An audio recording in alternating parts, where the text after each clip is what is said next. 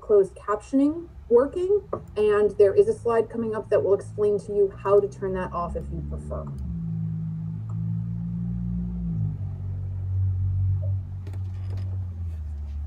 All right, well, I hope everyone's in a comfortable chair. They've got something fantastic to sit in. Your video and audio will be off. This is the webinar format, so you should see 4 little boxes of presenters, which is myself, Tina from the Avon Library, Terry from the Historical Society, and our 2 presenters. You should also see closed captioning text across the bottom of your screen. And if you have questions for us, you will want to put them in the Q&A box. The chat is disabled. We will be recording this, but we're not going to hit record until we officially have everyone in the room that we've been waiting for. Just give it another few seconds. So if you're just arriving, you're here for the Digging into Deep History lecture, which is the first in our Unearthing History series. Your video and audio will automatically be turned off. We are going to record this event and post it on the library's YouTube channel. Since you are someone who registered for the event, you will receive the link. You can use your Q&A box at the bottom of the screen to ask any questions. And we will also send out a survey at the end of this event. And we'll get started in just another moment or two. If you don't want to look at this closed captioning across the bottom of your screen, if you hover over where it says live transcript, you can change what it says. We thought with such a large audience, it would be beneficial to have people have that option. And I already have a question. Okay. Yes, correct. I think all you can see at the moment is myself and my screen share. Once I stop that, you're right. Then you'll be able to see everybody. Thank you for correcting me. But the screen looks different as we're the presenters than as we are in the main view. All right. So if you are just joining us, you want to be able to both see and hear this evening on whichever device you're logging in with. You're logging in tonight to the Digging into Deep History lecture, which is the first in our Unearthing History lecture series. If you have questions, you can ask them at any time using the Q&A box. We will answer them at the end. You'll also notice at the bottom of the screen there is a transcript feature running. You can turn that off. There is a slide coming up that will explain to you how to do that. And we'll get started in just a moment.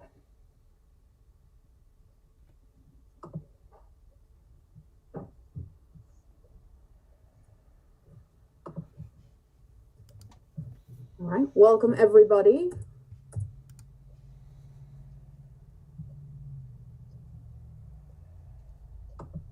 Okay, welcome everyone to our first lecture in our Unearthing History series, Digging into Deep History.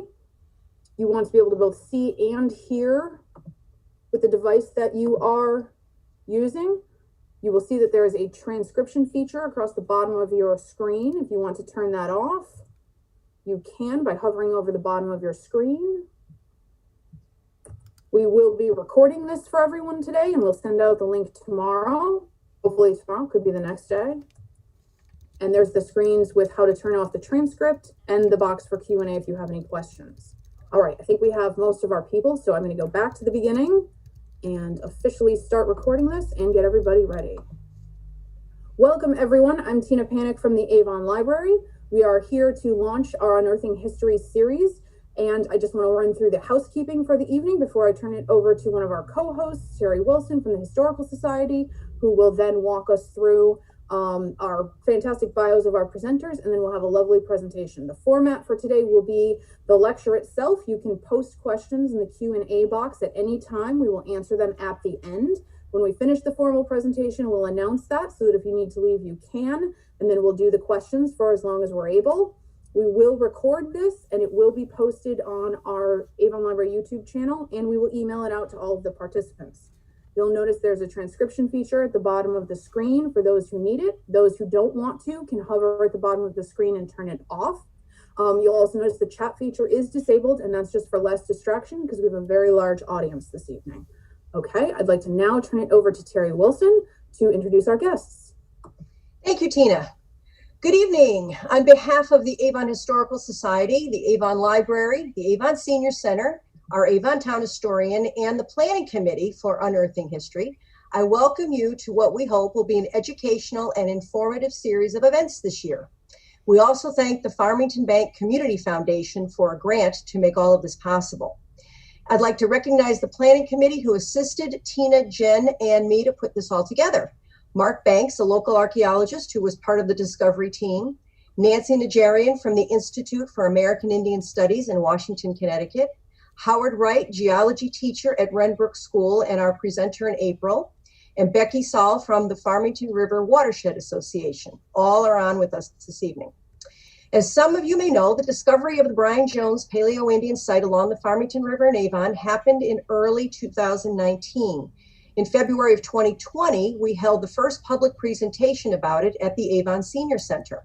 While state and local archaeologists knew for decades that there was something very special 6 feet down at that site, it took federal and state regulations mandating a survey of the area before the State Department of Transportation could build the new bridge there. Tonight, we launched the first of 5 events to break down the information for the general public about this 12,500-year-old site.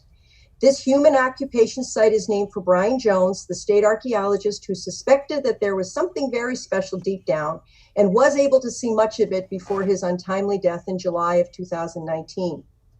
During this year, we will explore the geology, anthropology, the river, and other paleo sites in Connecticut. We will end the series in October with a detailed update on the 3-year analysis of the 15,000 artifacts found there. It will be a joint presentation by Dr. David Leslie, who is with us in the audience tonight, and his colleague, Dr. Zach Singer. And we hope to run another series in 2022 based on the success of this one.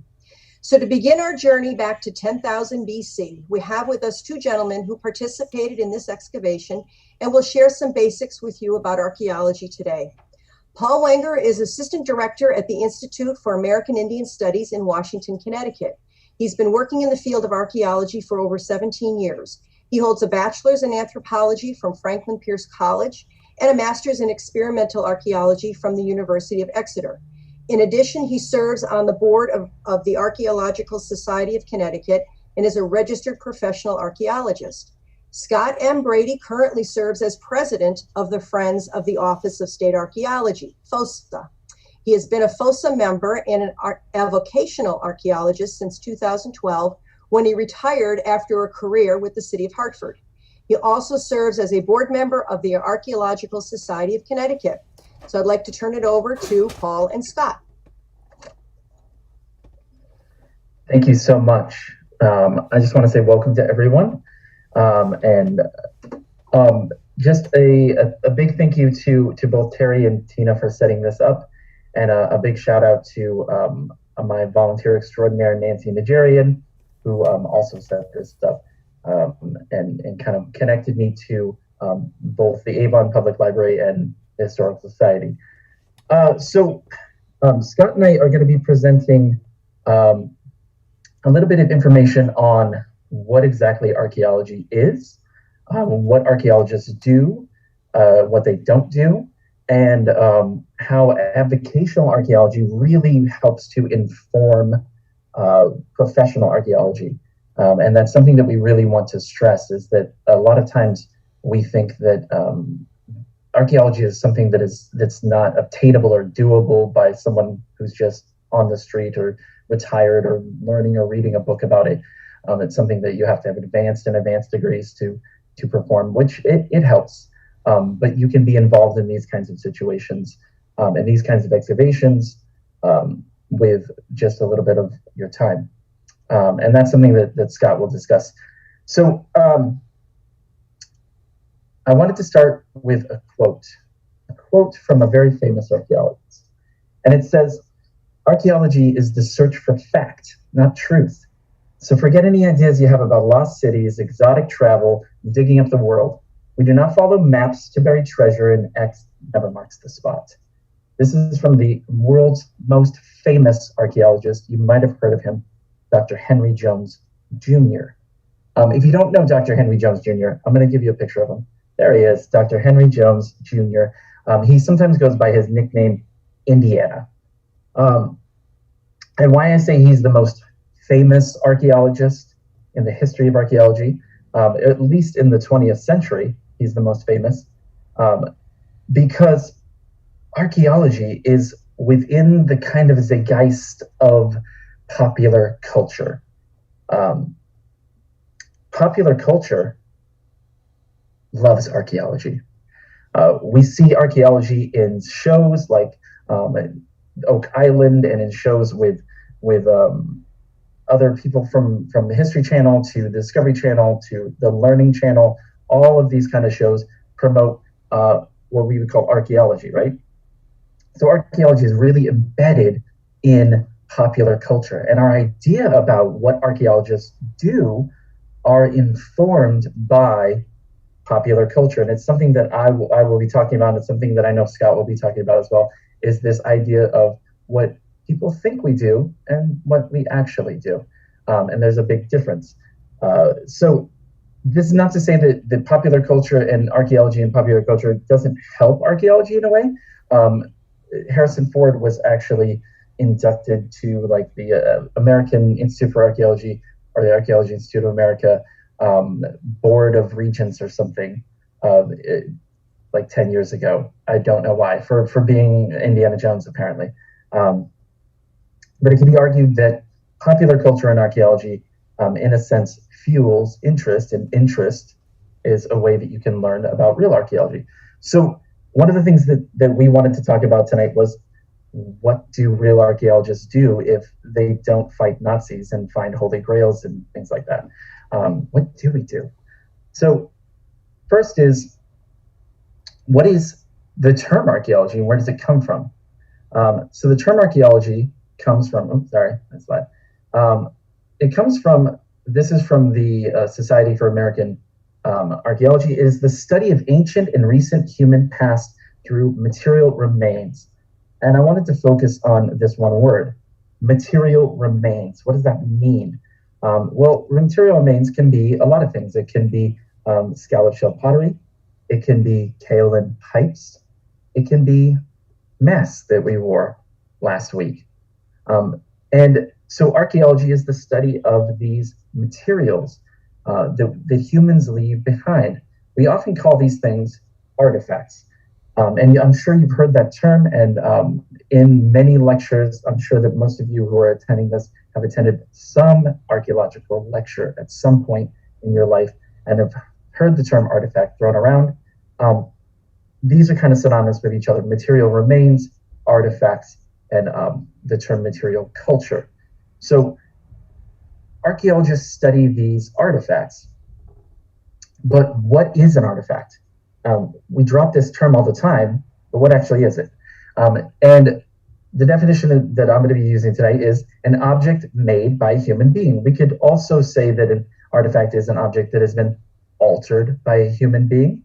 And usually when we're talking about objects, we're talking about portable objects, smaller objects, not pyramids, things like that. Those are kind of seen as sites, not objects. So an artifact is anything that has been made or altered by a human.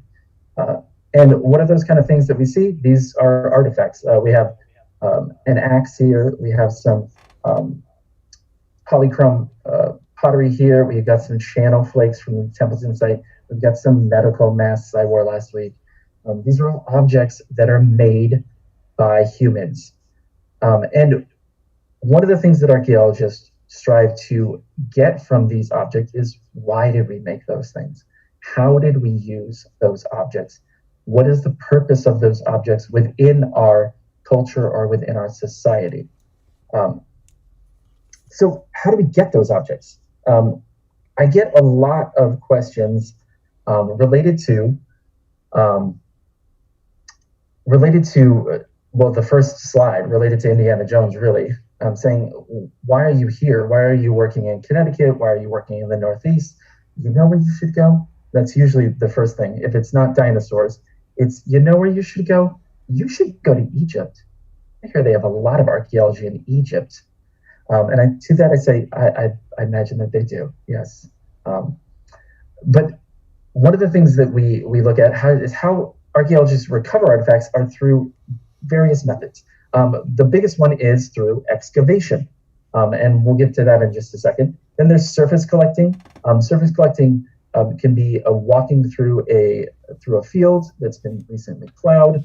or walking through an environment or a space where someone has said, hey, I found a projectile pointer and arrowhead over here when I was a kid, and I think it's something. And I said can include geophysical surveys, so we can do things like remote sensing and things like that, and saying, oh, this actually looks like it might be a very good spot to excavate. And then through outside collectors. A lot of the work that I do at the museum is through outside collectors. While the museum does a lot of excavation on its own, we have a vast number of collections within our permanent collections. And we do things like Artifact ID Day. We get a ton of people who are emailing us different artifacts that they find, different things that they found around their house. They'll come into the museum and bring objects that they found in their garden and say, is this something? Is that something? What do I have? Do I have the lost city of Atlantis, et cetera, et cetera, et cetera? But a lot of times that can actually lead to something that's very important. A lot of finds come from just randomness. We have within our collection, and if you ever come to the Institute for American Indian Studies located at Curtis Road in Washington, yeah, I had to plug it, you can see in one of our exhibits, we have a cache from a gentleman whose last name is Glacier. And he discovered one of the largest caches in southern New England at the time, just digging out a gully near his house that had washed out in the rain. And so that actually produced something very important to the archaeological record. So we recover artifacts in many different ways. So what is excavation? This is from the Encyclopedia Britannica. For those of you who are younger, an encyclopedia is a book that used to have information in it before the internet. So it's the exposure and recording and recovery of burial material remains. Again, going back to that term, material remains. So archaeologists expose through excavation, record, and recover those material remains through excavation.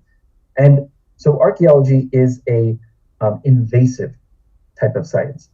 This hole that we see here is never going to be exactly the same way that it was when we first started digging there. It's changed. We've removed the materials from it. We've removed the soils from it. We've taken the objects or material remains, the artifacts out of it. And when we put the soil back, it won't be in the same way. So excavation is a very invasive kind of thing. And that's one of the reasons why archaeologists have to record this immense amount of information. And we do excavation in kind of different ways. And I worked for a number of years in the cultural resource management field, something that Scott's going to mention when he talks, which is kind of what we term public archaeology. And it's the work that was done that found the Brian Jones site was through cultural resource management. And they do in various phases of excavation. And one of the ways that we find and discover sites on a larger scale is through a thing called shovel test pits, which is just a survey of shovel tests or holes, small holes, along different lines and in different grids to try and determine where the largest concentration of artifacts are. And you can see in this picture, this is from Templeton, probably in like 2016. They're doing shovel test pits in a new area that they wanted to excavate. So they had to dig really deep in these smaller holes so that they can then expand out into larger units once they've determined where the biggest concentration of artifacts are. And then we have systematic excavation, which is what we call phase 3. And that is where you see the kind of thing that you kind of always see when you see archaeology on the Discovery Channel, that these vast open areas and excavation units. This is actually 2 separate pictures from 2 excavations at Templeton. This is Dr. Zach Singer, and this is his assistant, Chantel, in an excavation unit. I do not know who any of these people are. I put this picture in here because it shows the wide array and vast amount of excavation that's taking place at Templeton. Also, this person's outfit is incredible, and I cannot stop staring at it, so I had to put it in there. It's amazing. But so excavation is taking this huge amount of space and sifting through all of the dirt. Why are we doing that? Well, it goes back to that idea of archaeology being an invasive science. So you want to collect all of the data that you possibly can. The goal is to recreate the entire site in the lab, so that you can have every piece of information that you got out of the field, because you're never ever going to be able to go back. You're never ever going to be able to go back in the dirt that you dug up. So this systematic excavation is something that is highly involved, a lot of note taking. That's something they probably don't tell you when you start field school, or if you're volunteering. They're like, yeah, come dig. You're going to find some awesome stuff. Also, you're going to take about 3.5 hours of notes. So it's something that's really important to do this kind of wide excavation, to get an idea of where everything is. So how do we find these sites? And we kind of mentioned this a little bit before, that we have things like collectors find things. There may be DOT projects that require this, but a lot of sites are found in other ways, through historic documents. So there may be historic documents that indicate that there was a house structure in the area. This works really well in historic archaeology. So if you're looking for a colonial building and you know that there's a colonial building there, but you don't know exactly where it is, you can look at historic documents and see what the deeds and what they say about it. Oral histories, not just like histories, but oral histories of indigenous people, oral histories of local people who've lived in the area and say, I've been collecting over here since 1932, or my grandmother used to collect artifacts over here. And a lot of times that will lead to archaeological sites. Satellite imagery. This picture is of the Giza Plateau, because I wanted to talk about, when I'm talking about satellite imagery, is that there's kind of a really big push in the last 10 years to use things like satellite imagery to find archaeological sites. They're using what is called LiDAR, which uses light to bounce off of the Earth's surface from a plane or a drone, and then capture the elevation. And that actually reveals a lot of different structures that can't be seen from an aerial photograph or from the sky, or while you're on the ground. A number of Mayan archaeologists found just vast amounts of kind of inner workings and causeways and buildings in Central America using LiDAR. This example of the Giza Plateau is an archaeologist working in Egypt who has penned a book called Space Archaeology. Yes, that's a real name of the book. Used satellite imagery and LiDAR and kind of smushed them together, and was able to find some causeways and roads and buildings in both the Giza Plateau area and then the city of Tanis that were unseen before, just lost kind of in the dirt, in the dust of time. And so satellite imagery is becoming a really important tool for archaeologists to find sites. And then, of course, existing sites and collectors. When doing an archaeological survey, you will look for existing sites within the area, and then that can kind of give you information about what you may find. If you're working in an area and there are 180 prehistoric sites within that area, then you know you might have a good spot for finding something. And then obviously existing collectors who bring in things and say, I found something on my property, would you like to come and excavate? And then of course by accident, and you may think that's kind of funny, but it's actually has happened where your colleague is taking a lunch break and they're just like fiddling around near the base of a tree, and they're like, hey, I found something, and then it ended up being like an entire site. Completely by accident. Or someone has a tree fall over in their yard and they call you or call the state archaeologist because they found something under that tree. It ends up being a very large site. So accidents can be serendipitous in archaeology. So what happens after excavation? There's analysis and interpretation. I call this photo, everyone loves pottery, don't they? As a ceramicist, I love pottery. no matter how many piles I have to sleep in to analyze it. So analysis and interpretation are really important. Once you have that, the materials back from the site, you gather them in this very, very intense recording, and you have all of these materials back. The materials need to be processed. They are cleaned on occasion, depending on the site. A lot of modern archaeological excavations, especially ones that we do at the museum, we don't clean the artifacts in the same way that we used to. In the past, we used to have staff and volunteers wash them, like clean them. They were just spick and span clean.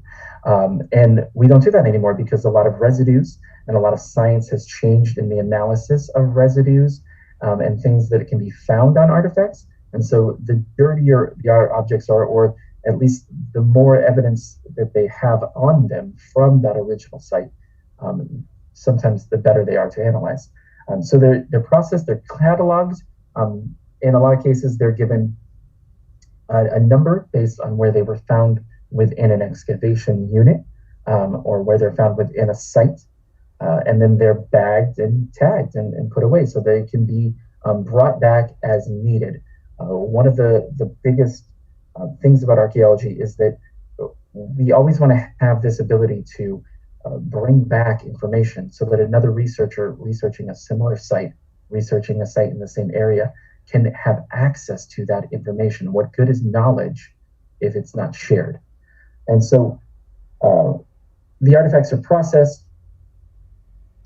Materials that you'll see, oftentimes you'll hear people on excavations talk about the word feature. And so the word feature can be, it could be a hearth, it could be a stone structure, it could be post molds from a building or from a palisade or something like that. And a lot of these kinds of features contain organic materials. And so those organic materials need to be saved.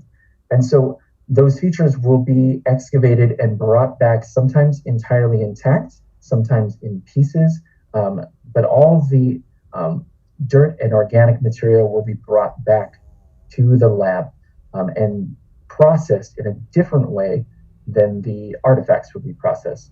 One of the ways that it's done is through a process called flotation. And I hope to have a picture up here, but I realized the museum had no pictures of us doing flotations. Hundreds of flotations and no one took a picture. I think that everyone was just floating the materials. But it basically involves putting the materials in water. The lighter materials come to the top and they can be skimmed off, and the heavier sediment and dirt goes to the bottom and can be run through a various series of sieves. And then this material, both the heavy and the light, can be analyzed. And things like carbon, botanicals, fibers can be taken out from these type of flotations, and they're really, really important to analysis. So if you hear any lectures going forward in this series where they're talking about carbon dating, where they're talking about botanical analysis, where they're talking about fibers or anything that they found, a lot of times they got that through the process of flotation. And we at the museum have sent out a few objects for not only carbon dating, but residue analysis. A lot of ceramic materials will absorb residues as people were cooking them. And these residues can be pulled from the fiber and material of the pottery itself and can reveal things like the type of food that they were boiling in those pots. And this is a fairly new process, and it's ever changing. So it's really exciting, the kind of information and material that we can now get from just a piece of pottery like that big, or just a rock this big. Get a lot of information. And you can use the information from the flotation to find out the type of plants that were local to the area, find out the type of trees that were in the area, and all of that kind of thing. So I wanted to briefly touch on, since this will probably come up a multitude of times, what is carbon dating? This little graphic is from Crow Canyon, which is an archaeological center out west. So the link is down there, but if you just Google Crow Canyon carbon dating, you'll come up with this. Essentially, all living beings produce carbon, carbon-14.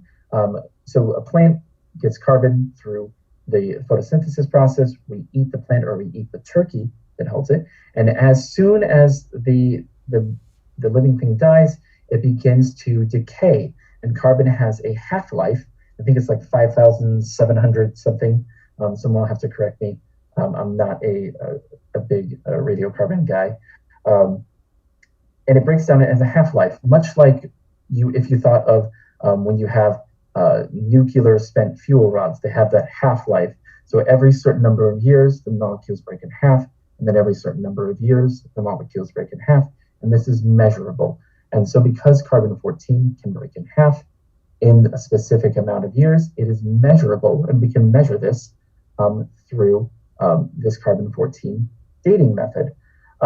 So this is really important because this wasn't always available. It wasn't until the mid-20th century, till around the 50s, this kind of came about. I believe it was a gentleman named Whipple, if I recall, that came up with this idea. And the advances in carbon dating have only increased as the years progressed. It used to be that you needed a very large piece of carbon to have it carbon dated because they would break it down and their machines would be unable to process it. Now you need a very small piece. They can do it from a very small, minute amount of carbon, which just kind of really increases the amount of data that you can get from an archaeological site.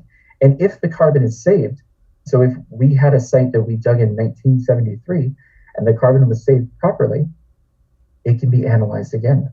So much as it didn't get contaminated in some way.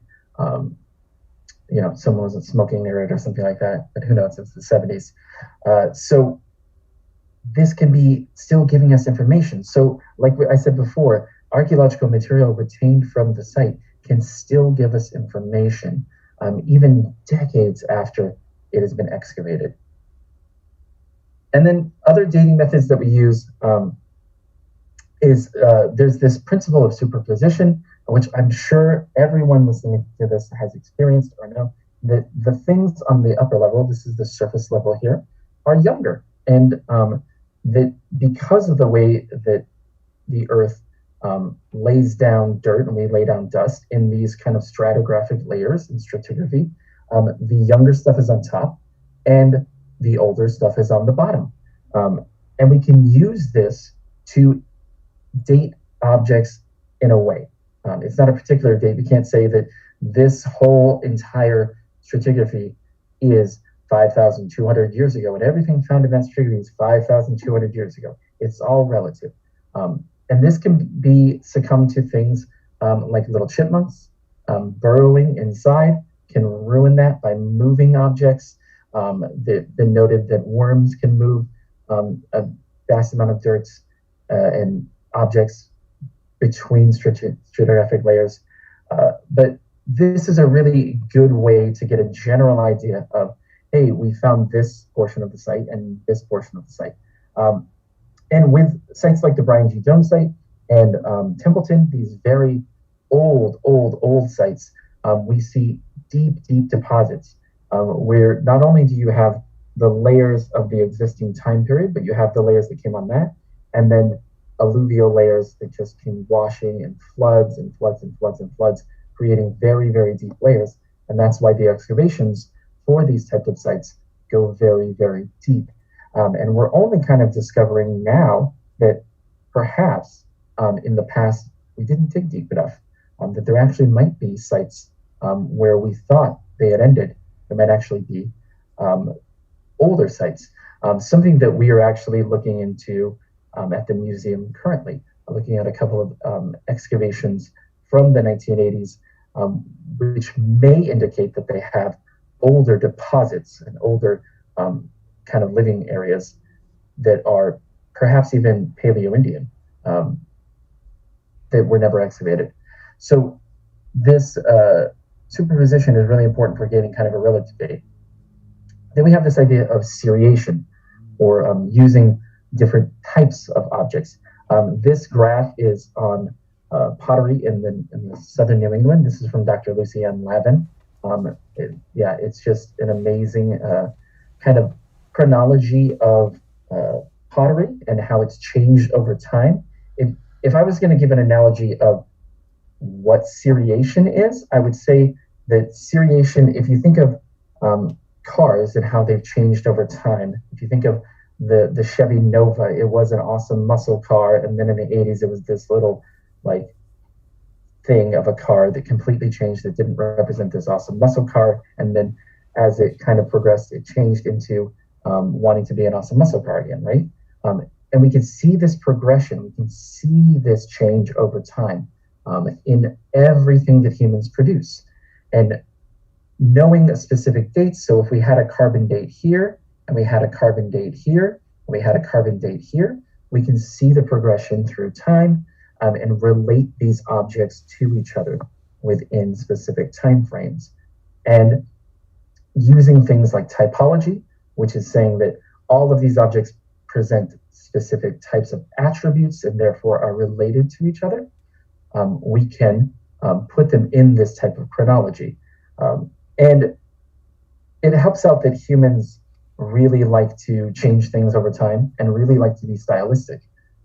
Unfortunately, if humans were just making very plain ceramic vessels all the time and never changed and never added any decoration, it would be really difficult to do any kind of like chronology based on type. But lucky for us, humans like decoration in everything that they do. So these are just kind of some of the methods that archaeologists use to kind of discover in what time period objects come from. And as I said before, this is a really kind of basic idea about how archaeologists work, but the last thing is interpretation. And I didn't really want to get into too much interpretation because I wanted Scott to talk a lot about the sites that he was going to be talking about, because they're really awesome and they kind of relate to this idea of interpretation. But obviously, once you analyze all the objects, once you procure all the evidence, you interpret that evidence to discover how people in the past lived. And then hopefully, with any luck, you present that evidence to your peers, to the public, and you get that information out. And there are numerous publications. And one of the things that I did want to make a note of is that in that interpretation, it is interpretation. It's our idea of how these materials were used during that time period. And interpretation changes over time as we gather new means of getting information, and as we get new knowledge, as new archaeological sites are discovered, interpretation changes. And so the way that someone interprets something in the 1860s may not be the way that someone interpreted the same site in the 1960s, and may not be the way that someone interprets the same site in 2060. So interpretation is both related to information, but it's also very subjective. And I threw in some pictures of some publications where archaeologists present their materials. Louis Binford being a very famous American archaeologist, but some very interesting ideas about archaeology. And then I threw in this across the Atlantic guys, just, for my Paleo-Indian guys, just to mess with them. So all of this being said is not just done by archaeologists in the professional field. The work that the Institute for American Indian Studies did and does in archaeology, and the work that a lot of the state archaeologists throughout the United States do, is completely aided and almost entirely dependent on advocational volunteers working with them to complete these projects. Without them, it would be nearly impossible to recover the vast amounts of information and materials that need to be recovered and processed in even just one archaeological site. And with that, I did want to pass this over to Scott, who's going to be talking about avocational archaeology, his role in avocational archaeology, and how avocational archaeologists really help and have a good time and things like that in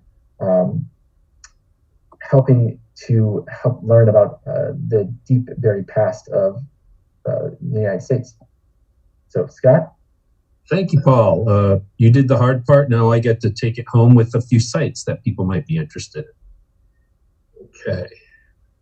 All right, so who's Scott Brady and why are you listening to him here? This is kind of proof that avocational archaeologists come from all over. I worked for the Hartford Fire Department for a long time and retired in 2012. Participated in a one-week, participated in a one-week field school that was run by the Connecticut Museum of Natural History, is now run by the Office of State Archaeologists. I got really involved and joined the Friends of the State Office of State Archaeology, which is a nonprofit that supports the state archaeologist. State archaeologist is basically an office of one. So there's not a huge budget. There's not a staff for them to go out and do archaeological work. And one of the things that I am also enjoying during this is I am researching the pig pen effect. That is me in two different places, and I'm the filthiest person at both that fire and on that archaeological site. So I still haven't figured out how I can get out of the car and look like that. Oops. There we go. Just real quickly to show that there's been a long history of avocationals, and I apologize to German and Greek, those of you of German or Greek ancestry, because I'm probably going to butcher both these names. Here are two pretty famous avocational archaeologists from the 1800s. On the bottom, you have Minos Koloneros, he was a Greek businessman. He was the first to undertake excavations on the Bronze Age site of Knossos on Crete. So a very important site. Did a really good job with some fine archaeology there. Above him, you have Heinrich Schlesselmann, another German businessman and banker, who discovered a site in Turkey, which we now presume to be the site of ancient Troy. He used dynamite to excavate the site. So again, there's variations within the community of avocationals about how well they're thought of. You want to come down on the side of Minos and not of Heinrich. And that's why you want to really understand how the archaeological process is supposed to work. So as Paul mentioned, that information that is available in the site that will be destroyed with its excavation can be fully captured so that site can be recreated. I mean, you want to be able to say where every object came from in space and time, and that requires a lot of the documentation that Paul was talking about. So Connecticut avocational organizations, really you started to see them in the 50s and 70s, and they've gone right through until today. They were popular in the United States, and Connecticut was no different. Most of the Connecticut organizations are kind of based loosely on geographic region. There's a number of them here. The Archaeological Society of Connecticut, which is still active, had a number of chapters. Albert Morgan, Greater New Haven, Arthur Bastra, which was, I believe, down in the New London area. Litchfield Hills Archaeology Club, still associated with the Institute for American Indian Studies. Friends of the Office of State Archaeology, which was started in '87, and Norwalk Community College Archaeology Club. So a lot of avocationals have been out there organizing, I think in large part, to perform archaeology on a more consistent and scientific basis than they were able to do alone. Now, the two archaeological types in my mind, and archaeologists with degrees might differ with my assessment here, but Paul talked about cultural resource management, or CRM. That's almost exclusively professional archaeologists and crews of professional archaeologists. They are, again, are almost exclusively used on projects where there's state or federal funding and where local regulations require archaeological assessment, inventory, and preservation. that's a very small percentage of what happens in the state of Connecticut, or anywhere actually. So state or federal funding, I mean, you're looking at highways, public buildings. Most localities in Connecticut, I think there's 169 cities and towns. I believe less than a third of them have an archaeological requirement in their planning and zoning codes. And the degree of what they require for a project is very different. So there's a lot going on, whether it's building, construction, all kinds of other things that don't get a CRM professional crew on the scene to perform archaeology. And my definition of avocational archaeology is everything else. Historic groups, clubs, academic research, field schools, and private citizen requests. I look at field school students, even if they're at a university, most of them come out, take a field school. A lot of them are not necessarily archaeology majors. They might be soc or anthro majors, and they might have some interest in archaeology, or they might just go, hey, 5 weeks in summer and I get a 5-week credit course.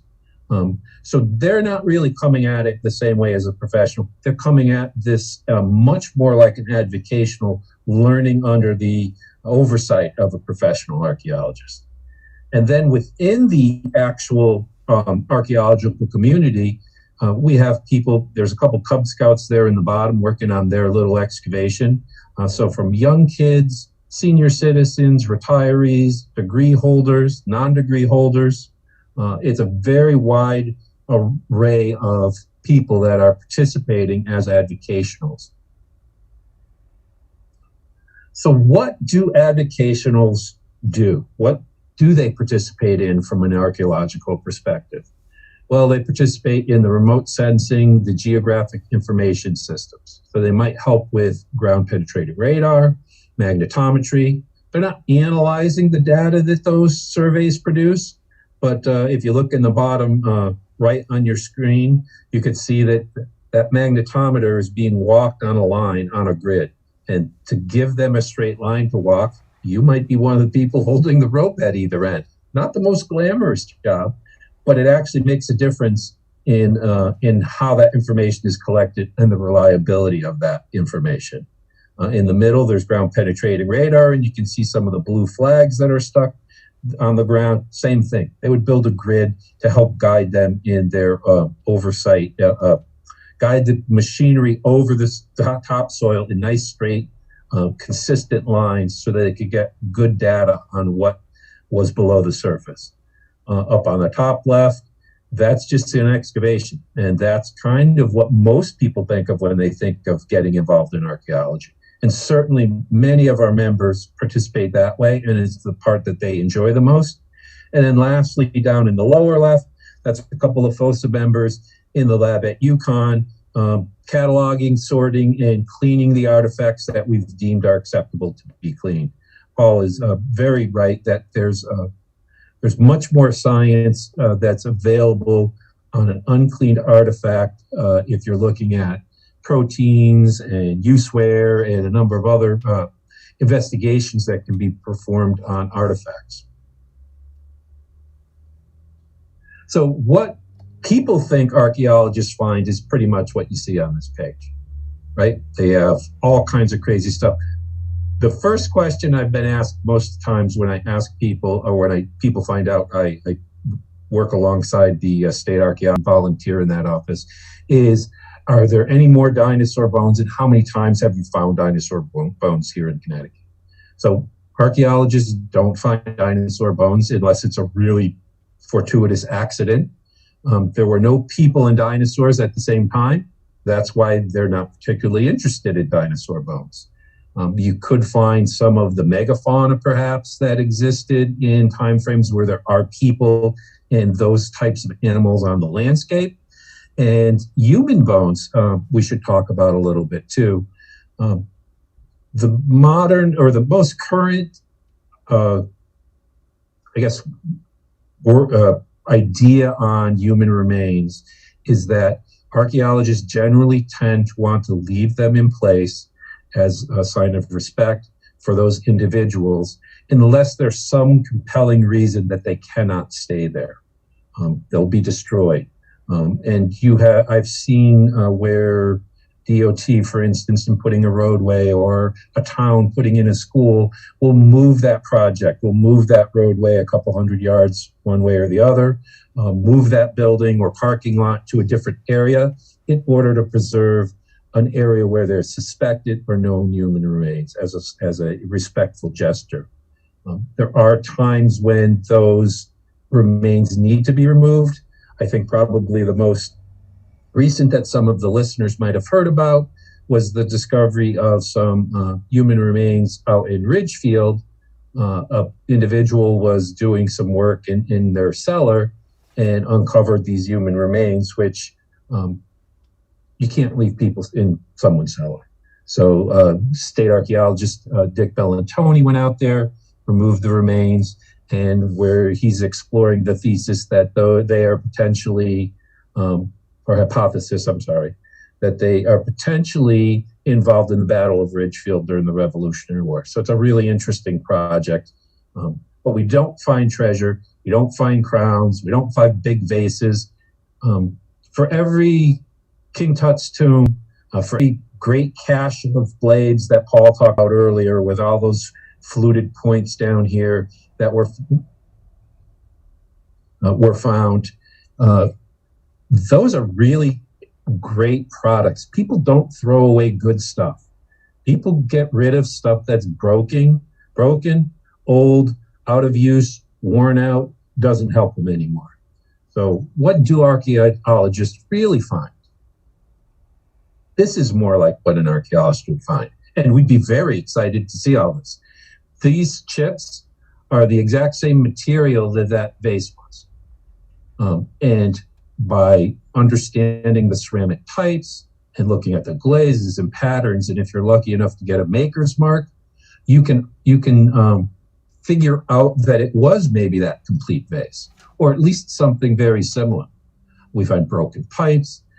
That there was a kettle in the picture before. This is a kettle that was found at the Hollister site, and you can see it doesn't look anything like the one that like a whole kettle, but it's been in the ground. It was discarded because it wasn't useful anymore, and that's what it would look like. Here's a bunch of bones. The bones that most archaeologists are dealing with now are going to be food remains. Okay, they're going to be what were people eating, which is a really important thing. Especially in pre-European contact times. You know, we're going back 12,000 years. What were people eating? What animals were available to them? So that's a really important thing. We find lots of nails and window glass on pretty much every site in Connecticut. And then for every point that someone makes, and most archaeologists will use the term projectile point instead of arrowhead. The reason being that these points were used for a number of things. They were used as knives and other tools. They went on spears, they went on darts, they went on arrows. The bow and arrow, there's a fairly common belief amongst most archaeologists that in North America, we're not really seeing bow and arrow till about 1,500 years ago. Even if it's several thousand years before that, we have 12,000 years of people here, and a bow and arrow for a much shorter period of time. So we would say projectile point. So if you're making a point or a blade or an arrowhead, and you're taking that stone and you're chipping it, you're going to make a lot of flakes or a lot of little tiny pieces before you get to that finished product that you started with a bigger piece of stone. Now, most of the time, the flakes that I would expect to see in most places here would be much smaller than that. These are a number of giant chert flakes, which this is Brian Jones' hand holding them, that came off a site in Rocky Hill, a little subdivision, and turned out to be an archaic encampment where there was a huge amount of reduction of Norman skill chert. This is in Rocky Hill. The chert comes from New York, so you're bringing stones a long way. And what it looked like here is they were reducing them to preforms, so making it into the basic shape of the tool that they wanted to eliminate some of that waste and weight that they were carrying around. Now, this is what a real artifact assemblage is going to look like in the field. A lot different from what most people think of.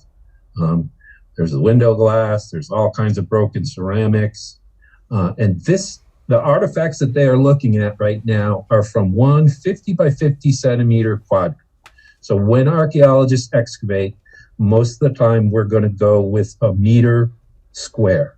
And we're going to dig in to control that and measure that in from a known point so we can, again, locate objects on the site and at the depth. We're going to do that. We're going to then take that 1 meter quad or 1 meter square and break it into 4 different quadrants: the northeast, northwest, southeast, and southwest. And then we're going to excavate each of those quadrants in a layer, a depth layer. Generally speaking, you'd see about 10 centimeters, about 4 inches in a layer. If you look at that and start thinking there's 4 of those in every 4 inches, that's an awful lot of material that has to be collected in the field, pre-sorted, and documented as to where it came from. And avocationals everyone in that picture is an avocational archaeologist. So they're all out volunteering because they have an interest in archaeology. And now I'm going to talk about some of the avocational contributions. How do avocationals actually get involved, and what kind of sites do they contribute information on? This one's a really interesting one. This is Lee West here.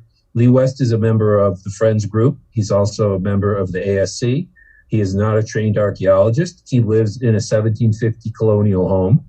And what happened was he wanted to do some work in the backyard and knew that there had been structures out there during the time, since the house was built in 1750, was able to get an idea that there might be an anomaly or a space that looked different than it should, and that was with ground penetrating radar, and he excavated it. You could see what he found was a trash pit from the early 20th century, which they determined was pretty much filled in before 1920. And on the bottom right, you could see the numerous medicinal bottles, mostly for headache cures and upset stomach medicines, that Sarah Isabella Bell Robbins used. Because in 1920, again, it's not just necessarily the excavation, there's research and then interpretation. Lee was able to find the census record from 1920. There's only one person living in the house. It's Sarah. She's an elderly woman. And I think it's a pretty good conclusion that it's likely that those bottles and those medicines were used by her. This is really unusual because putting the name to someone in archaeology is really, really unique. A lot of times what archaeologists are doing, or all the time, is telling stories. But sometimes those stories are of a very broad-based nature. So what were all the Paleo people doing here in southern New England? What were the colonial people doing in their relationship with Native Americans in 1650? You almost never get down into these individual kind of personal stories. And I think those are some of the favorite of all the sites I've worked on, when we can get a personal story like that. Avocational contributions. The Lieutenant John Hollister site, it's 1650 to 1730. The Hollister family, pretty well-known and important family in Hartford, lived on that site. Now that we're looking at it a little closer, I think that the new state archaeologist, Sarah Sportman, and I have been kind of discussing her thoughts that there may be a pre-1650 component at that site, which would be pretty amazing because this is in South Glastonbury, just across the river from Wethersfield. At the time this site was occupied, it was part of Wethersfield, and Wethersfield is only settled in 1634. So to have a pre-1650 European component is pretty interesting, and we're hopeful that we can do some more excavations out there to find out about it. The excavation started in 2015. They went on through Brian's death in 2019, and the state archaeologist at the time was Brian Jones. He left us he loved this site. He left us instructions on what we were supposed to do in 2019, even though he had passed away. And we were happy to go out there and work on the site and in his memory. And again, at the bottom picture, all avocational archaeologists in that. And the left part, this black and white thing, is the ground penetrating radar. We were talking about, and here's the horses running the ground penetrating radar. We're talking about using FOSA volunteers or avocational volunteers to help collect data that can then be processed in ground penetrating radar. This is one of Brian's favorite pictures. And you could see, I think I outlined them on the next one. You could see these very obvious rectangular features, which turned out to be refilled cellar holes, we're calling them. This one's kind of mucky over here. We weren't quite sure what was going on here. These were two wells. And this turned into be another two cellars. There's now 6 cellars that have been identified and at least tested on that site. So it's a very important, very early site. So the findings, what kind of discoveries do avocationals help make? And in this case, we found lots and lots of faunal, okay? So the domestic animals that Europeans brought with them. We did find bones and teeth for relating to cows and sheep and pigs. But in all the samples that we've analyzed so far, and there's a lot more we would like to do with the faunal remains from there, we have a much larger sample of wild game than we do of those domestic animals. So we see thousands and thousands of fish scales. We see turtle bones and shell. We see small mammal bones, lots of deer bones, bird bones, other game. Which is really interesting because, again, now we're trying to interpret this. There's some very early sites in Wethersfield that suggest that those people in that center area in town, where this site is kind of on the outskirts of what would be civilization, I guess, at that point. Those people in town are eating much more of the domestic animals than they are the wild games. So again, that's a very interesting discovery. Botanically, there's carbonized maize and beans, which is kind of what we would expect. Although they put this, the crops that the Europeans family, the Hollisters, and before them, the tenant farmers that were there planted, they went very quickly to a lot of European style pies and grains, an apple orchard. We see a lot of shell. This is a nice whole one, but normally the shell that we find is in pieces. And this I threw in because I love it. This is a bear toe bone or foot bone. So there's at least one bear that somehow was included in butchered at the Hollister site. Again, at the Hollister site, this is one that always amazes me. This is, to me, the most exciting thing that we have found at the Hollister site, and most archaeologists are like, yeah, okay. So early on, if you had glass windows, you didn't have a big pain, right? To get glass across the ocean and then on a wagon across the Connecticut River to a home on a dirt road required the glass that you were moving to be cut into small little panes called whorls. And so you would lead it together. So you make stained glass, basically, windows with clear glass. So here's that leading that we found there. And here are 2 pieces of the glass whorls, a slightly different shape than these, but here's 2 pieces of that glass. This, you can see it's cut to this exact shape. This is a sheet of mica. And that's what I was excited about. Mica being used to replace the glass that got broken. And I've talked to many archaeologists about it, and I said that. And they go, oh, yeah, they used to do that. And I've always asked, well, have you ever found proof of it? And no one ever has. At least to my knowledge, is the first time in New England, maybe anywhere, where we've actually found the mica cut to be a glass replacement. So I thought that was pretty cool.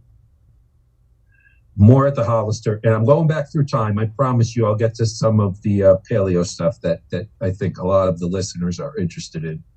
We found all kinds of pins. This is a tatting needle. It's used for making lace. This is a straight pin. It might even have been a hairpin or a dress pin. Here's a little tiny thimble. I mean, it is the smallest thimble I've ever seen.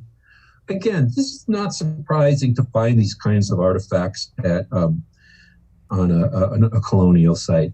A lot of women were making lace, and what you would use these tag needles for, just kind of supplement their income. It was kind of a cottage industry. Where I thought this kind of really got interesting is sometimes the archaeology can help you confirm a story, and sometimes it helps you dismiss a story. Real quickly, I'll tell you one that it dismissed. We did the Deerfield Massacre up in Massachusetts.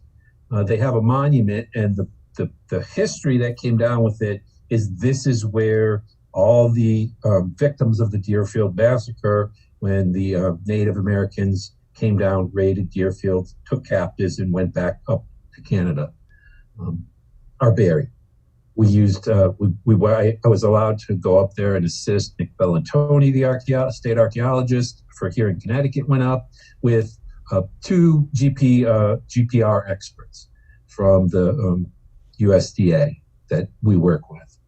And they're very careful in the opinions that they give, especially when we're out there just performing the data and it hasn't been analyzed. But they took us to this site, we ran the GPR, and they were really hoping that the people were going to be buried there in a mass grave. And the lead GPR expert turned and said, well, I can tell you one thing, there isn't anybody buried here. So again, a little disappointing for them, but now they know that there's another story to be told and they need to do some more work. Here, we may have confirmed a story. In the Hollister record, there's a narrative that talks about the Hollisters had this young native girl that they were teaching how to sew. I was always a little surprised about that because, I mean, sewing's not really that complicated. Native people were sewing skin and, other materials and weaving. So I was a little surprised that, there would be a documented piece about teaching sewing, even if they were teaching her to sew European style cloth or textiles. But I see that tatting needle and it makes me think maybe they were teaching this girl lace making, which would require a little bit more of an investment of time.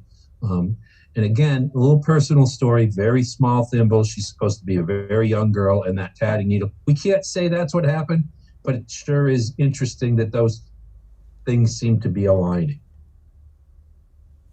Again, the native component at the Hollister site, we found, this is a time period where there's a lot of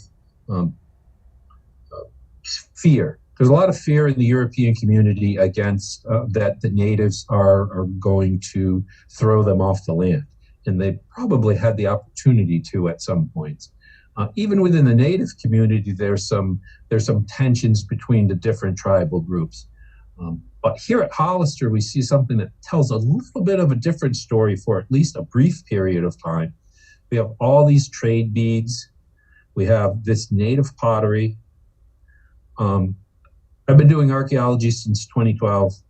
I had found, before I went to Hollister, one piece of native pottery, probably about the size of this shell. There's a little fragment.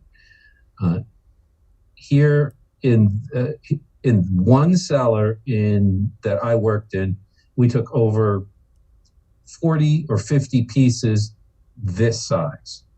So, and we can see here, we've started to refit some of it. So we found what we basically have identified as three different storage vessels of Native American design and materials in the cellars of the Hollister house holds. To me, that implies there's some kind of trade relationship that would most likely have been beneficial to both sides. Again, more Native American artifacts. We see this little piece of brass. These punched pieces of brass were often worn as amulets by Native American peoples. The Wangunk would have been the local tribe. And here's a flint. This is European flint. It's a gun flint, but it's napped in a way that suggests it was made by a Native person. So that potentially puts Native people within the Hollister encampment over in what's then Weathersfield. And this is really, really unique. This is Native pottery with slip on it and then decorated with linear lines. Very, very unusual. There's not many pieces known in Connecticut at all.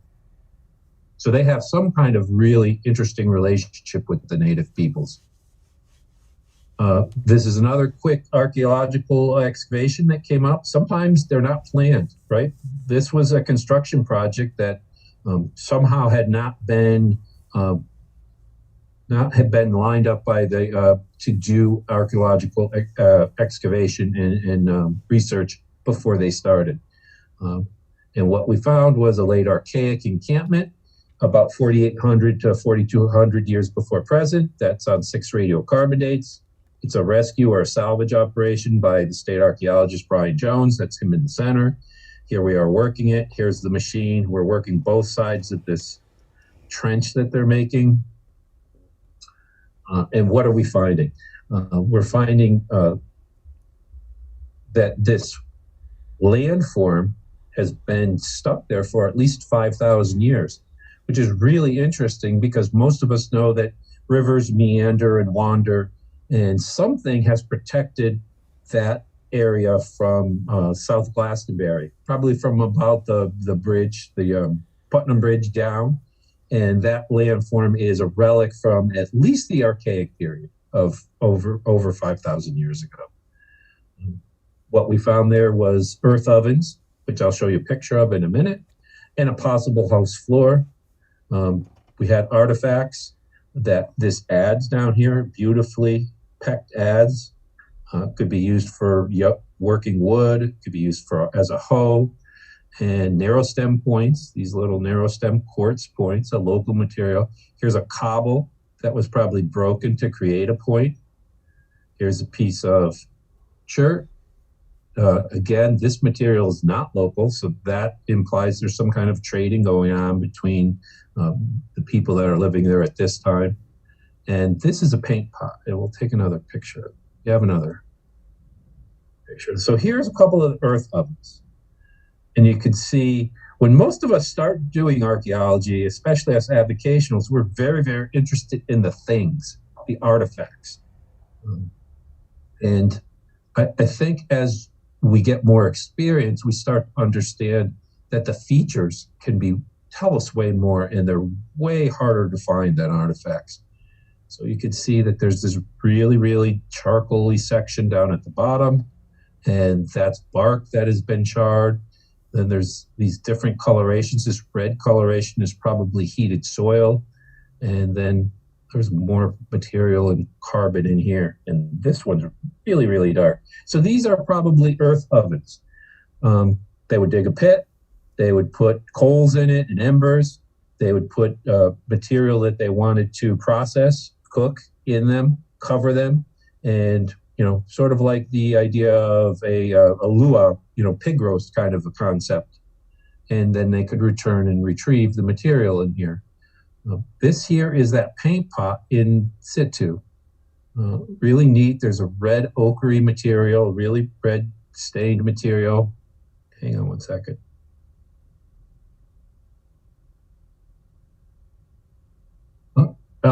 So this was really kind of neat. I had never seen one found. This was found by one of the FOSA volunteers. The Templeton site, and I know there was a question before on what is the Templeton site and where is it? The Templeton site is another Paleo-Indian site. This one's a little bit younger than a Jones site, I believe, and I'm sure Zach will correct me if I'm wrong. The carbon dates kind of support about a 10,100, 10,200 year old site. It's really interesting because it's stratified, and we'll talk about that in a minute. The excavations were done in the 70s by Roger Moeller with the Institute for American Indian Studies. They were restarted in the 2010s by Dr. Zach Singer, working with the Institute, and Dr. Kaz Scarlata at Westcon. And here is, there was a great picture of a whole bunch of channel flakes. So this is kind of what we're finding. This is a big find out there. This is great. This is a nice big channel flake. So again, a channel flake is if you finished your point and you had it all made, and then you took it at the base and you took a big flake off of it through the middle, and you did that on both sides to thin it. Some people think it was to make hafting easier. I don't know that there's a real definitive accepted answer on why they were doing that, but it's a very indicative of a paleo point. Now over here, this is Zach and this is Kaz, and this is the base. You can see these rocks down here, these cobbles, big rocks. Those are deposited probably by the glacier. As the glacier retreats off Connecticut, it's leaving this glacial till, it's called, and these big chunky rocks. And then soil starts to build up over it. And you can see there's 5 feet of earth over this. And one of the things that I think is really interesting is that apparently, it must have been a National Geographic or something, because I've heard other people say this same thing that I came to archaeology, this erroneous kind of statement that I came to archaeology with. And the thought is that every 100 years you deposit an inch of soil. Well, if this is 10,000 years old, that's not even close to how many inches of soil.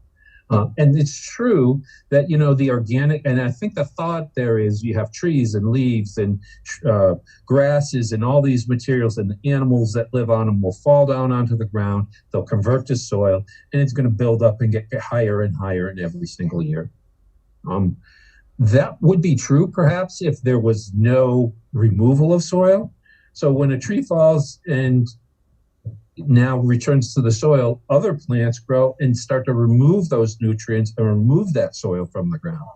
So ideally, a lot of the places in Connecticut, when you stand on that land surface, it's going to be very close to what was the land surface was 12,000 years ago or 10,000 years ago. The areas where it's different is where you're going to have a lot of deposition or removal. And deposition is going to come primarily through windblown or water or borne sediments. In this case, we're right in the conjunction of two streams, a river and a stream, and this landform has flooded over many, many times. So all this sediment that's been built up here, almost 5 feet, has been in different flood events over 10,000 years. And this, what's really great about this, it's very important, this site and the Jones site, because they are stratified. A lot of paleo sites that have been found, especially in New England and southern New England, northern New England, all the way up to the maritime provinces are not stratified. So paleo material can be mixed up with material that is nowhere near as old, might be 2,000 years old. And so it makes it much harder to interpret what you're finding, to confirm that all this material that you're finding is in fact from the Paleo period. So it's really important, these two sites in Connecticut that are deeply buried, because we start off here and that's today. We got down to about here and there was a woodland component, which is, you know, several thousand years ago, and then there's nothing, and then we get down here and we find all these paleo artifacts, and that's very similar to what was found at the Brian D. Jones site in Avon. So very important. I don't think that many people would have thought that these sites still existed, and Paul alluded to that. There's going to be some, I think, there's going to be, I think, a lot of archaeologists to start to look at these sites that are close to these flood areas and maybe relook and dig much deeper and find that there are a lot more paleo sites than we are aware of. Oh, I wanted to go. I'm going the wrong way. Uh-oh. Sorry about that.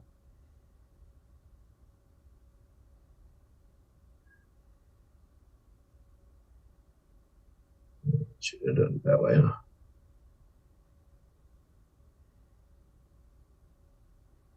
I'm almost done.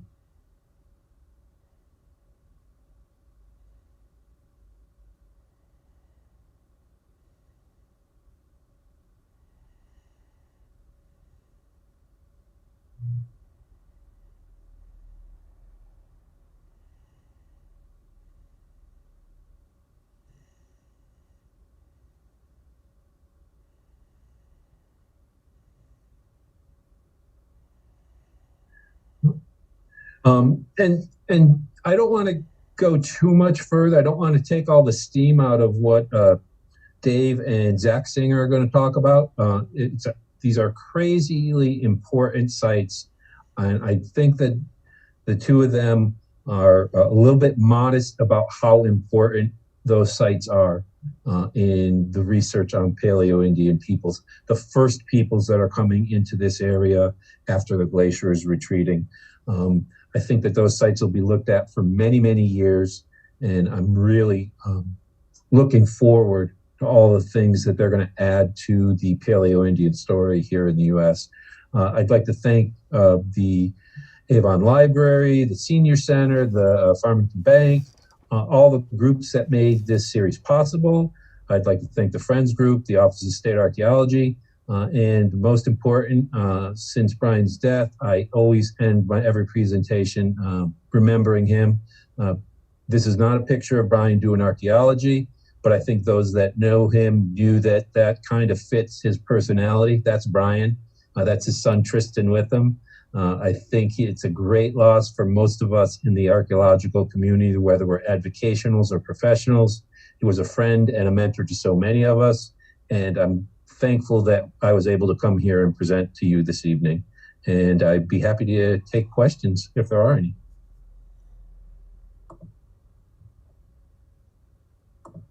Fantastic. Thank you very much.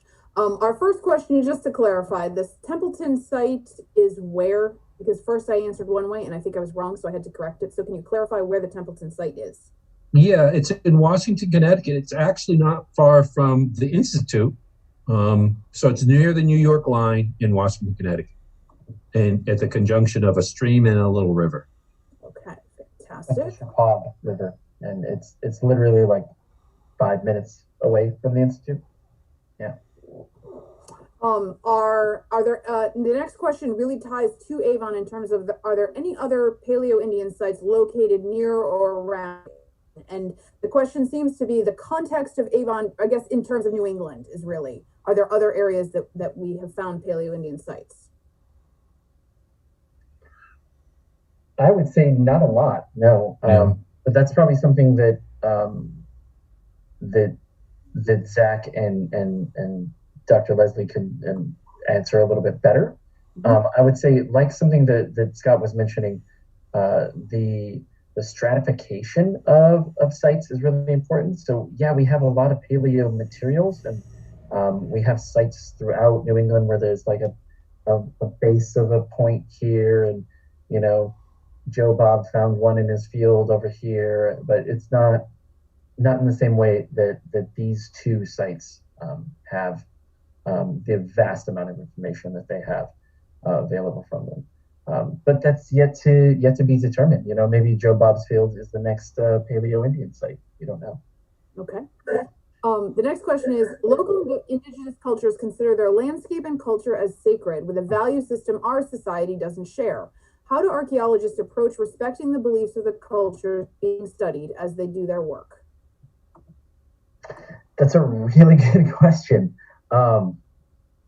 So one of the ways that we can do that is by involving indigenous people, working on these sites, and involving indigenous people whose tribal homelands might be in the area, or who are just in Connecticut, both federally recognized tribes, Mohegan and Mashantucket Pequot, have field schools. Both of them have integrated these field schools and field work with using both professional and tribal archaeologists, working together with non-Indigenous and Indigenous archaeologists to create site excavations that kind of use the same, that work on the same site, but with two different kind of perspectives, if that makes sense. So yeah, one of the, just kind of being inclusive as much as possible, and believing oral histories. There was in the past, there was this idea that Indigenous oral histories, they didn't know what they were talking about. You know, their great-grandmother's great-grandmother told them that people lived here, and they were like, no. And that's been proven wrong. That oral history is deep, deep, deep history, and it's a deep knowledge. For example, Aboriginal Indigenous people of Australia can actually, through oral history, date themselves back to the time they went and reached Australia, like 70,000 years ago.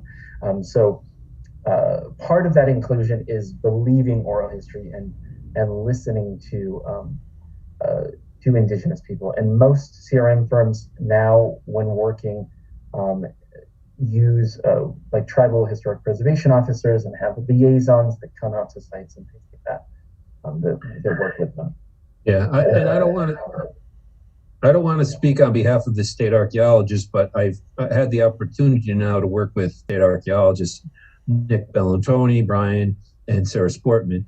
And I know that, you know, any time that they were involved with a project that potentially involved a native site, they always sort of reached out and inquired and made the tribes aware of what kinds of things, especially if it appeared to be, you know, a long-term occupation site with perhaps burials or other ceremonial landscapes associated with it.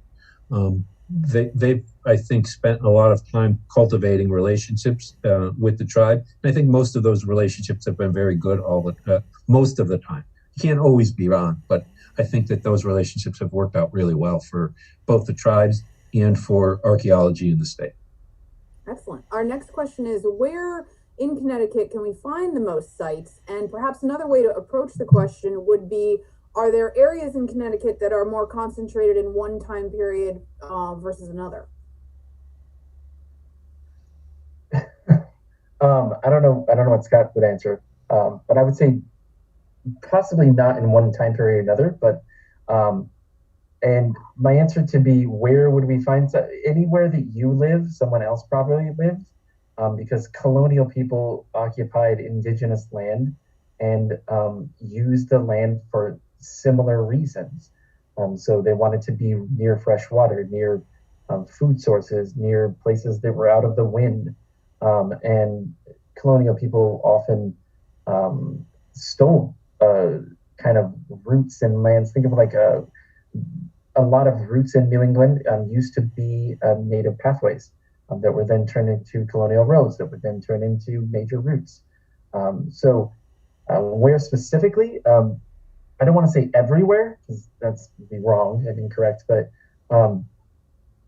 almost any place where you think would be a good place to live would be a good place to find materials. That being said, don't go digging up Connecticut. Go volunteer at FOSA. Go volunteer at some other place and dig up with the help of an archaeologist.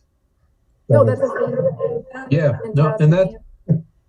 that's important. You know, and like Paul talked about, you know, that collector information is important, and you know, but the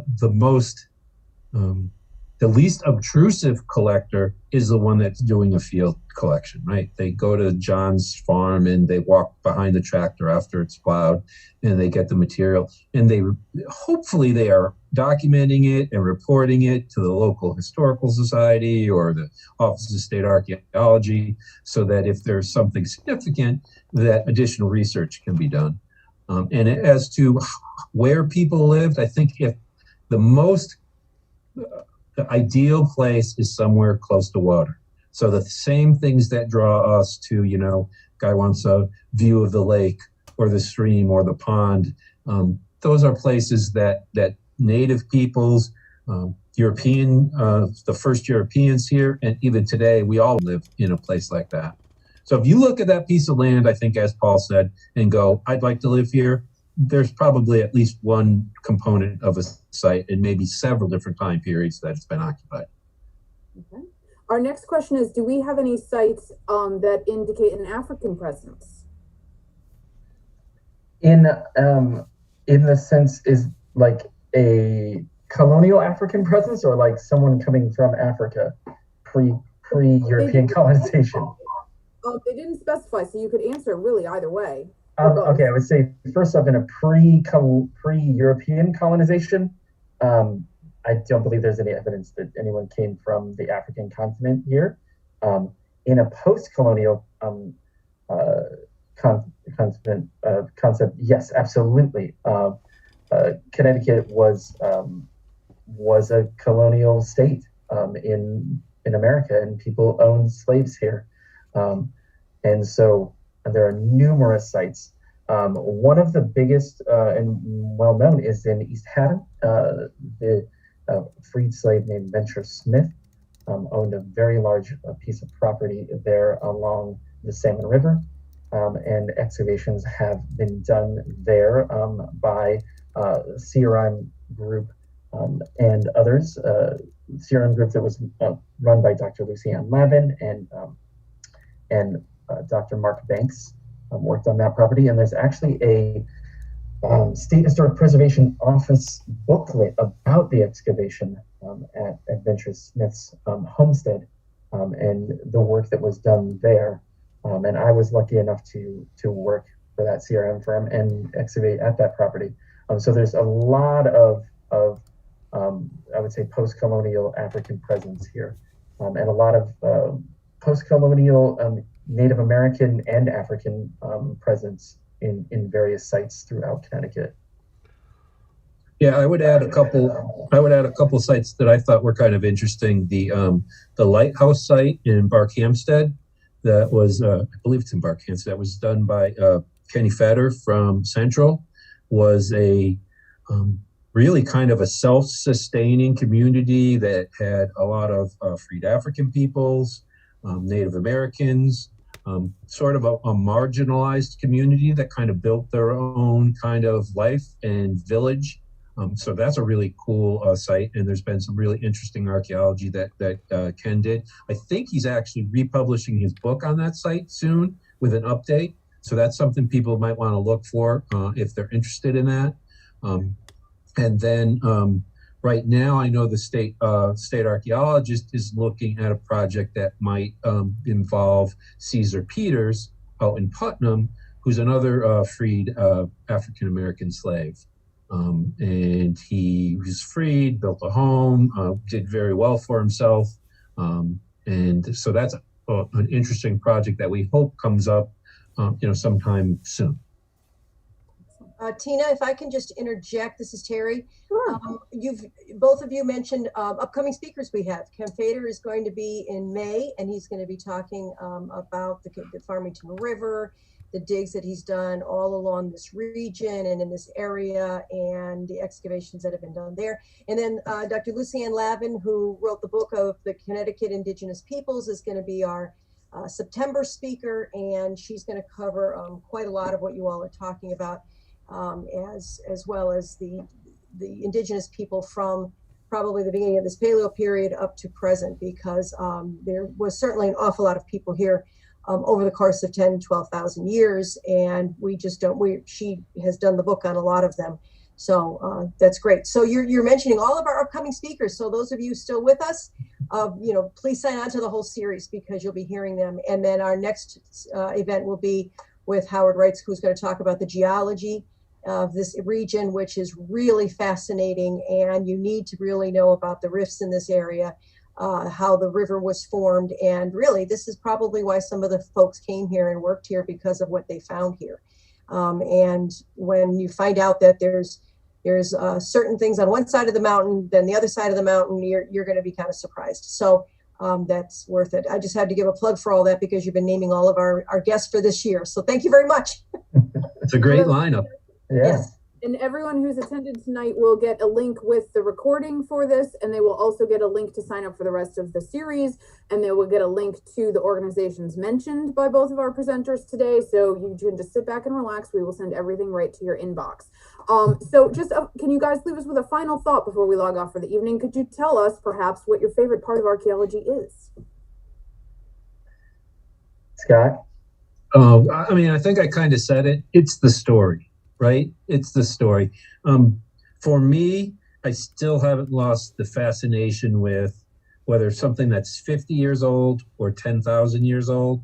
When I find an artifact, I'm the first person to see that since another human left it. And, you know, from 12,000 to, like I said, to 50 years, there's something, for me, something special about that. I love museums. I love to look at things in display cases, but to find it and touch it and be the first person is to me the best part of doing archaeology. Fantastic. And Paul? Well, I would kind of agree with Scott. I think of like excavation units like little windows into the past, and we often are kind of displaced from the past, and we don't think of people in the past. You go to a museum and you see objects, and you're like, that's cool, they made stuff, but you don't when you engage with it through archaeology. There's a real connectivity. You're like, oh wow, someone really took a long time to make this object, and you can feel a connection to other humans because, like Scott said, it's really about the story and about the humans who made those in the past and how we can tell their story. Fantastic. It's an inspirational note to end on. So on behalf of the Avon Historical Society, the Avon Free Public Library, and the Avon Senior Center, I want to tell both of you thank you for spending your evening with us and giving us a solid foundation with which to launch this series. I hope you'll be our guests for the rest of it. And I just thank you for joining us this evening. Thank you for having me. Thank you so much. All right. Good night, everybody. Good night. Good night.